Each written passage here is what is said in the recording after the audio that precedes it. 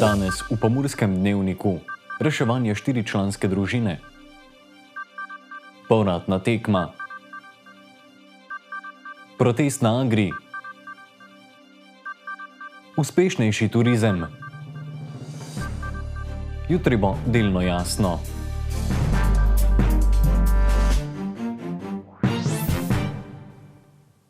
Spoštovane gledalke, cenjeni gledalci, lepo pozdravljeni. Priljubljena turistična destinacija za družine je bila minulo soboto prizorišče požrtvovalnega reševanja, kot smo jih vajeni iz filmov. V Soboškem jezeru v neposredni bližini Murske Sobote se je utapljala 4-članska družina, vsi neplavalci. Da se je zgodba končala srečno, pa je zaslužen požrtvovalen reševalec iz vode, ki je v poletnih mesecih nameščen na tamkajšnji plaži. Drugega za drugim mu jih je v dolgotrajnem reševanju uspelo potegniti iz vode. Medtem pa je množica na plaži dogajanje le nemo opazovala.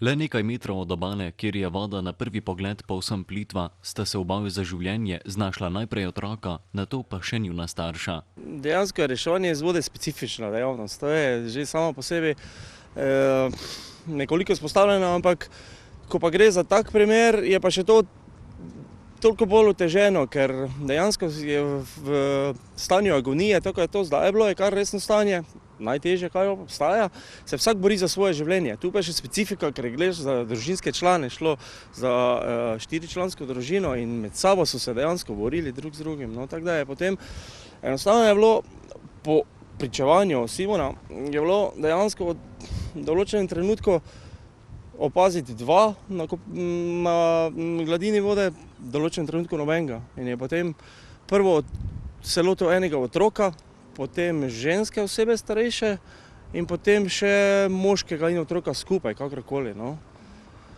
Izid samega reševanja pa hvala Bogu gre pripisati absolutno odločnosti Simona, reševalca, ki ima večletne izkušnje, in pa zbranosti, no, moram reči, da pa za tako dejanje moraš imeti pogum. Na soboški občini, ki upravlja to območje, se zavedajo, da gre za privlačno destinacijo. Sedaj, ko je tukaj to urejeno zadnji 2 leti in seveda tudi na varnosti, ki jo nosi to sabo.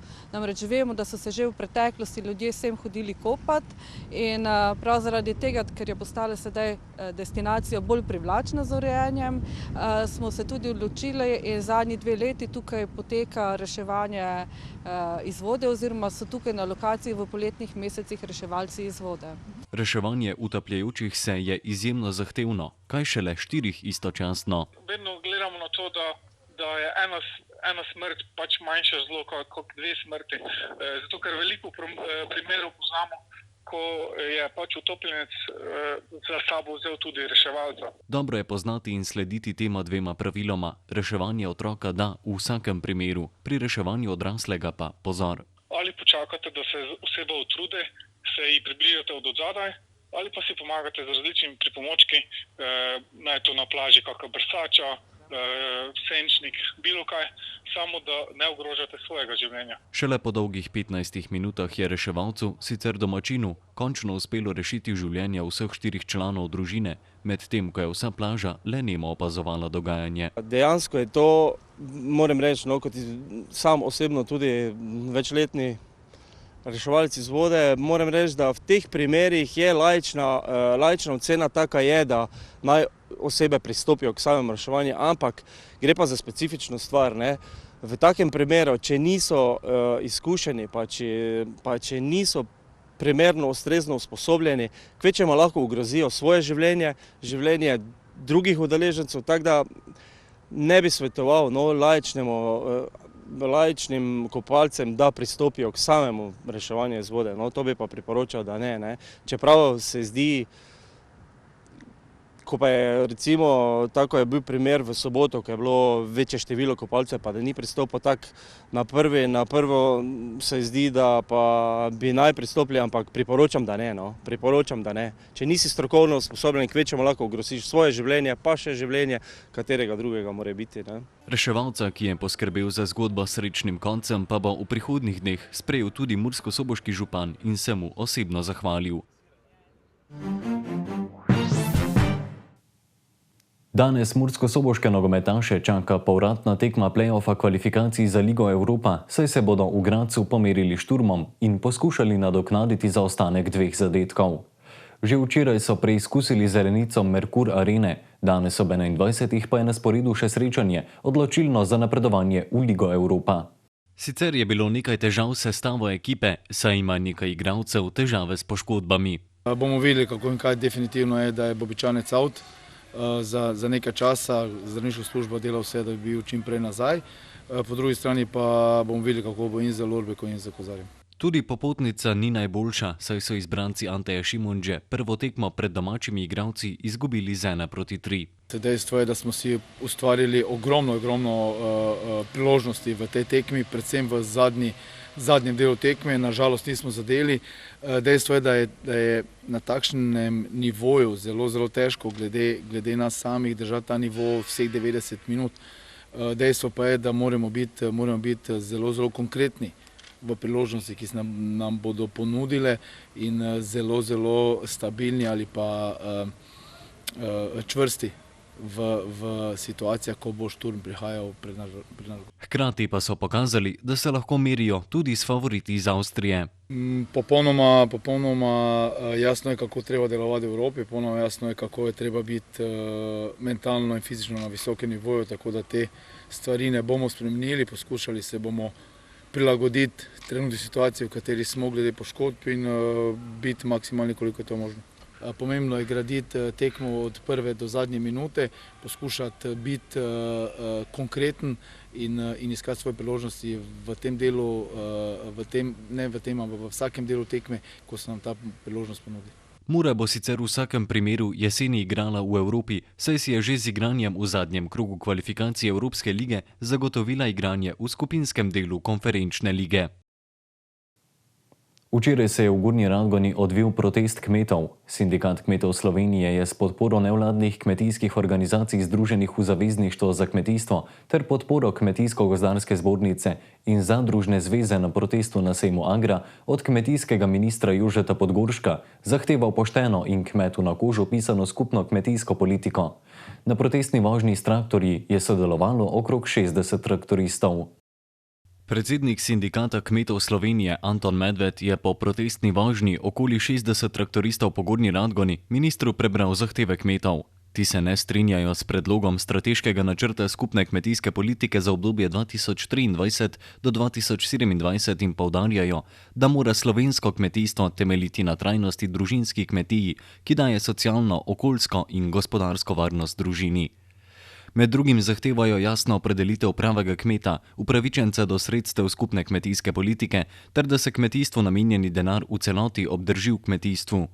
Nasprotujejo tudi prenosu 150 milijonov evrov sredstev iz prvega stebra neposrednih plačil v drugi steber kmetijske politike, kjer je denar za projekte in naložbe.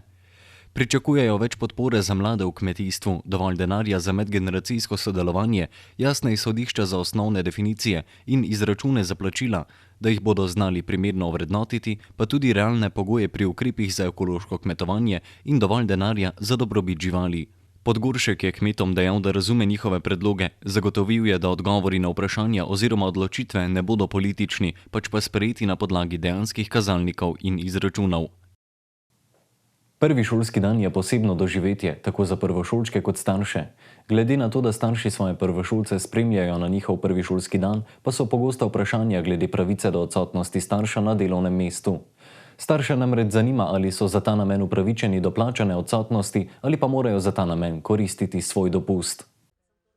Zakon o delovnih razmerjih določa, da ima delavec pravico do plačane odsotnosti z dela do skupaj največ 7 delovnih dni v posameznem koledarskem letu zaradi osebnih okoliščin, pod katere spadajo lastne poroke, smrti zakonca ali zunajzakonskega partnerja ali smrti otroka, posvojenca ali otroka zakonca, smrti staršev, hujše nesreče in seveda spremstva otroka, učenca prvega razreda v šolo na prvi šolski dan.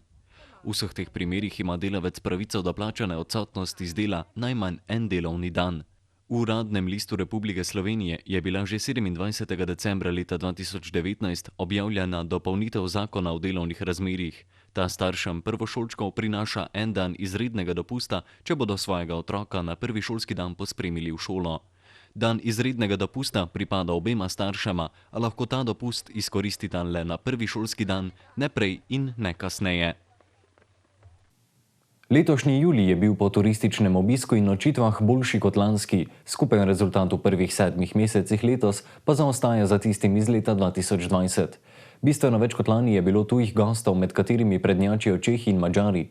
Skupaj je Slovenijo letos obiskalo 1,3 milijona turistov, ki so ustvarili skoraj 4 milijone nočitev.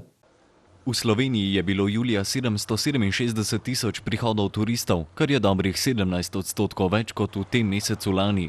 Primerjava 7 mesecev pa kaže, da je bilo skupnih prihodov za 15% manj kakor lani. Julija se je za 10% povečalo tudi število nočitev. Slabo polovico so prispevali tuji gostje, ki pa jih je bilo za polovico več kot julija lani. Tudi tukaj izstopajo Čehi, Madžari in Avstrijci. Od januarja do julija pa je bilo nočitev za dobro 10% manj kot v enakem obdobju lani. Najbolj obiskane so bile gorske občine, za njimi so obmorske občine, ki so imele pol manj obiska. V Ljubljani se je število prihodov turistov julija glede na lani skoraj podvojilo, v ostalih mestnih občinah pa povečalo za polovico, a skupen letošnji izplen še zaostaja za lanskim. Tudi pri prenočitvah s 35% vodijo gorske občine, a so takoj za njimi 27% obmorski kraji. Ljubljana in druge mestne občine so imele 92 oziroma 40% rast števila nočitev. Med nastanitvami so najbolj priljubljeni hoteli, nato zasebne sobe, apartmaji, hiše in kampi. Jutri bo delno jasno, možne pa bodo krajevne plohe. Več v vremenski napovedi. Danes smo imeli pretežno jasen dan s temperaturami okrog 22 stopinj Celzija. Opoldne smo v Krajinskem parku Goričko namerili 20 stopinj, v Radencih in v Murski Soboti 22, ter v Lendavi prav tako 22 stopinj Celzija. Jutri se bo delno zjasnilo, sredi dneva in popoldne bodo v notranjosti države še krajevne plohe. Najnižje jutranje temperature bodo v severovzhodni Sloveniji, v Murski Soboti in Mariboru okoli 12 stopinj, dnevne pa okoli 22 stopinj Celzija. V soboto in v nedeljo bo spremenljivo oblačno, predvsem popoldne se bodo pojavljale krajevne plohe. Temperature v naših krajih se bodo zjutraj gibale okoli 12 stopinj, dnevne pa nekje okoli 22 stopinj Celzija. Toliko smo vam imeli povedati tokrat v Pomurskem dnevniku, več informacij pa kot ponavadi lahko najdete na naši spletni strani. Ostanite v naši družbi in nasvidenje do jutri.